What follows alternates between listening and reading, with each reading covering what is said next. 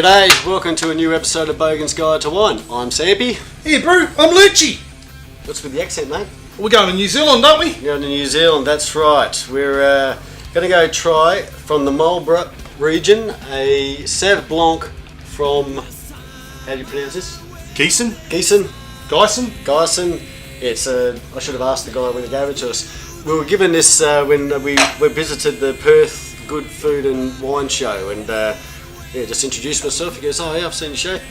Try this out to review." You must have been hard out at the wine show, man. Yeah, it was a very fun day. Obviously, Mr. Blues. All right. Anyway, we're going to pop over New Zealand now and check out the Giesen estate. The Giesen story starts when two boys with itchy feet and a penchant for travel set off from Germany and found themselves in New Zealand back in 1979. On a whim, because it reminded them of home, they purchased land and planted a vineyard just outside of Christchurch in 1981. In 2001, they moved their winery to Marlborough and it has expanded every year since. Recently, the Giesen brothers have embarked on a path of innovation and sustainability. They started ripping out a vineyard, leaving the land to fallow for 2 vintages before replanting a wholly organic Pinot Noir and Syrah vineyard. In 2013, as they celebrate 30 vintages, 98 of their 700 acres of plantings are either in transition or certified organic, and they have started commercial production of their first organic Sauvignon Blanc. It is not hard to remember the Giesen boys, among the plethora of brands named after New Zealand bays, hills and stones. Giesen walks to its own tried and true beat, and after 30 vintages, remain at the front of the pack. So Lurchy, what can you tell us about Marlborough? Marlborough Sauv Blanc. Well, Marlborough is probably, if you could, in a laboratory, create a place to make Sauv Blanc as good as you can get it. Yep. Bang. You're in Marlborough, mate. That's a pretty huge endorsement, mate. Climate, the soil, and to be honest, the difference between a Marlborough Sauv Blanc and other Sauv Blancs is a little bit. It just takes it to another level, huh? It does, a little bit of another level. Haven't had a drink, mate. Need one. Let's get into it then. So let's have a look at the colour. That's very pale, isn't it? What do you think? A bit of straw sort of colour there? Straw. I was going to say straw-like colour. It's very, very clear though. That is beyond clear. That's awesome. It's a really nice colour, isn't it? I'm trying to put my finger on it. It's too light to be straw, isn't it? But as with white wines, you're not going to tell a lot from the colour. Yep. Get the nose into you. How about the legs? The legs hang on. Are starting to drip down a little bit. Let's have a punt on the alcohol as we usually do. It's a bit cold, so the legs are finding it hard to drop down. So they look pretty thick though, on what I can see. If you can see those there, guys. It's staying up there. I reckon it's about 13.5. Yeah, I'd say 13. Yeah, 13.5. I almost want to say 14, but go on, say it. Okay, I'll say 14. And it is 13. So 13. Oh, you win. Must be the coldness that's put us off. That's right. All right, so let's get the nose in there.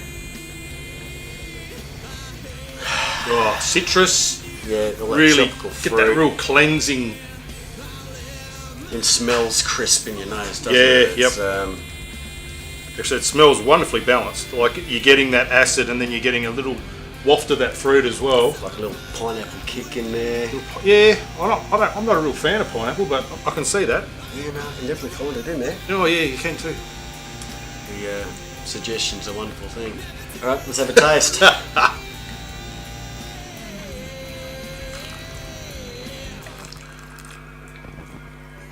Oh. My first impression is that's not as dry as a normal Sauv Blanc. No, it's. But I'll tell you what, if it's not dry, it's got plenty of something else there because that is beautiful. It's got a nice little herbal end to the palate there. It's not. I wouldn't say a bitter finish, or it's just a very dry sort of end to something that's so crisp and. It's that balance again, I think. You're getting the acid, the acidity, and the fruit is balanced to the point where it's just, your mouth's just going, feed me. Upon the second taste, those tropical fruits are really starting to punch in there. It's really starting to excite the tongue. I was going to say, my tongue's just woken up and going, hello. How you going? What's going on? This is our first episode for the day, so we just started, the palate is still fresh. I'm impressed. I like that. Any day of the week. It's even got a little bit of honey. You find a little bit of a honey sort of feel. I'll have another taste, mate, just to make sure. Yeah.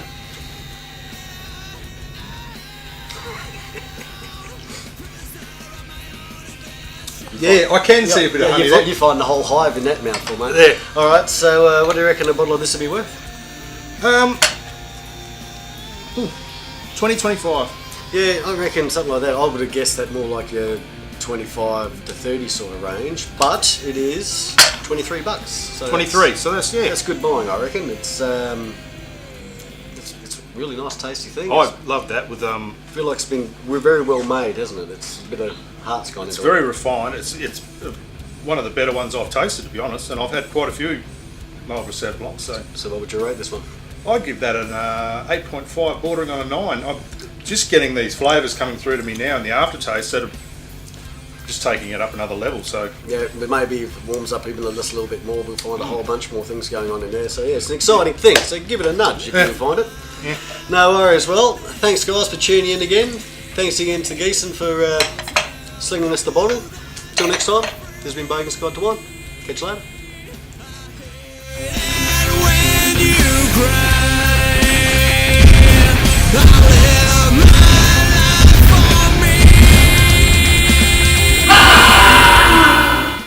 You going, Sumpy? I'm Lurchy, and I'm just hard out, bro.